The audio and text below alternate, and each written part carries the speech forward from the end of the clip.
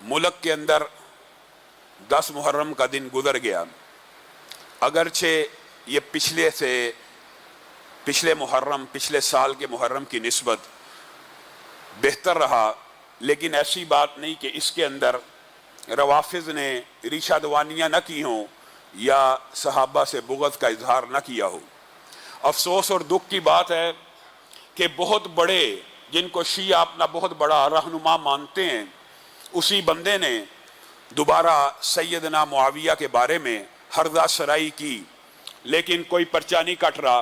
शहंशाह नकवी ने निश्तर पार्क की मजलिस के अंदर अलल इलान सैयदना मुआविया की तौहीन की। इसी तरह मुख्तलिफ इलाकों से मुख्तलिफ जो वीडियोज़ मसूल हुई हैं, उनमें मुख्तलिफ ज़ाकिरों ने असहाबे रसूल के ऊपर तानो तशनी किया। सखर के अंदर एक पूरे जुलूस ने सैयदना हज़रत उमर के बारे में तौहीन का इर्तिकाब किया। उनके खिलाफ मुकदमा तो दर्ज हो चुका है, लेकिन अभी तक कोई गिरफ्तारी नहीं हुई।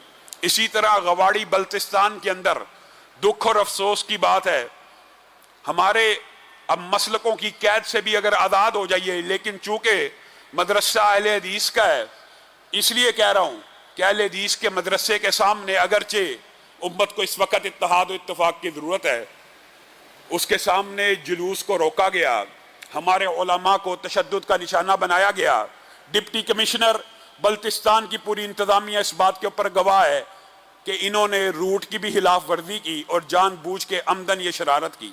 ये शरारतें होती आ रही हैं, लेकिन इनको रोकने की बजाय, कानून इनके खिलाफ हरकत में लाने की बजाय, जो अमन पसंद हैं, अमन के दाई हैं, जो एहतराम का, इत्तेहाद का और इस बात का नारा लगाते हैं, आइए इन सहाबा का एहतराम कीजिए, किसी के मुकद्दसात की तौहीन न कीजिए, उनको कमज़ोर समझ के हमेशा मुकदमे उनके ऊपर काटे जाते हैं।